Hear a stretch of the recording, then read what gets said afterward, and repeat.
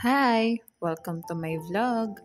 Ang gatas na ipagko-compare ko today ay ang Similac Gain Plus at ang Nido Junior na parehas na pang 1 to 3 years old.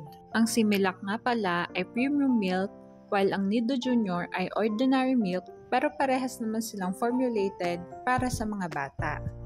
Request nga pala ito ng isa sa mga viewer ko. Maraming salamat po sa pagtitiwala nyo sa akin na i-review ang nutrition facts ng dalawang gatas na ito. Basta katulad po ng dati, magbe-base po tayo sa nutrition facts at ang measurement na gagamitin natin ay yung 100 grams per powder. Okay, simulan na natin. Sa energy, protein, fat, linoleic acid, arachidonic acid, gangliosides, lamang ang Similac. Ngunit walang ka-indicate sa nutrition facts nito na sugars and lactose. Samantalang lamang naman ang Nido sa DHA, carbohydrates, sugars, and lactose. Ngunit wala itong arachidonic acid and gangliosides. Lamang ang Similac sa first category. Mag-proceed naman tayo sa vitamins. Sa vitamin D and vitamin K, lamang ang Similac. Samantalang lamang naman ng Nido sa vitamin A, vitamin E, vitamin C, vitamin B1, and vitamin B2. Sa vitamin B12, pantothenic acid, lamang ang Similac. Samantalang lamang naman ng Nido sa vitamin B6, niacin, folic acid, and biotin. Lamang ang Nido sa vitamins. Mag-proceed naman tayo sa minerals.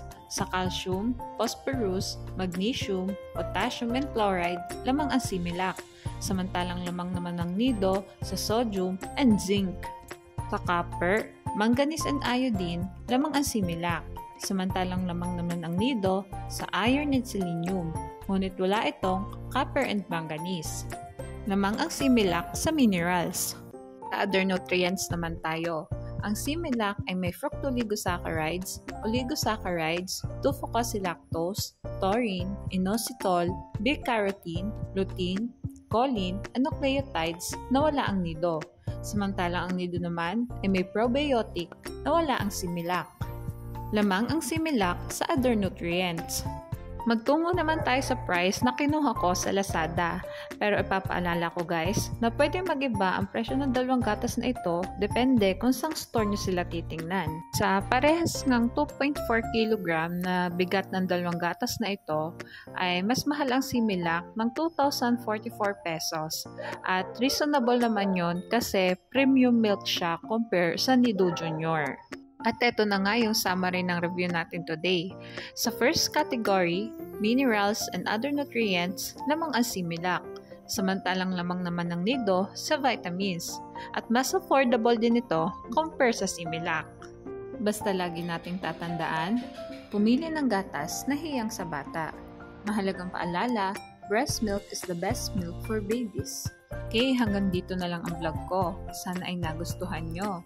Thanks for watching. Please like and subscribe for more videos.